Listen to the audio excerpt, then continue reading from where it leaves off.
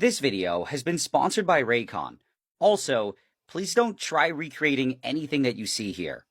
Cyanide is probably one of the most well-known poisons, and in many movies and shows, I've heard them say that it smells like almonds. I've also heard chemists say it, and I've seen it written in a lot of articles and warnings. However, I've never actually smelled it myself, which is probably a good thing, but I've always wondered how true it was.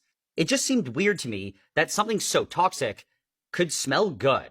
This is because when toxic things have a smell, they're usually bad, which lets you know to get away from it. If cyanide smells like nice almonds, though, I feel like I'd be more likely to go towards it. This just didn't really seem right to me, so I decided that I had to see for myself. To make this happen, what I had to do was pretty simple, and I just had to smell some cyanide. However, I didn't just have a bunch of cyanide sitting around, and I had to order some. I was originally planning to just get a few grams of it, but for small quantities, it was really overpriced.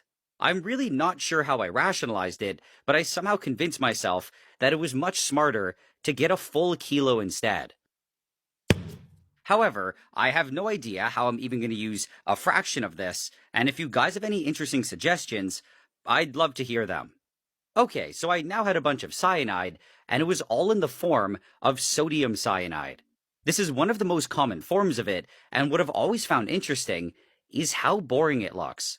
When I first saw sodium cyanide a few years ago, I really thought its appearance would match its scary reputation, but it was about as fear-inducing as table salt.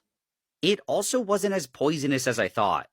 I always assumed that it was insanely dangerous, and that just a speck of it could kill you.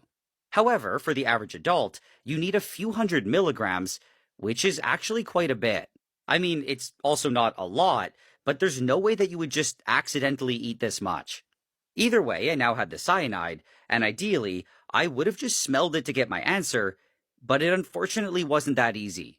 This is because sodium cyanide is a solid, and like a lot of other solids, it doesn't smell like anything. It's just not letting off enough vapor to detect it, and it's the same reason why you can't smell table salt. When people talk about smelling cyanide, they're usually referring specifically to hydrogen cyanide, which is a gas. This can be detected in extremely low concentrations, and it's one of the most dangerous forms. This is because you really don't need that much of it in the air for a few good breaths of it to be fatal. But anyway, with that being said, the next thing that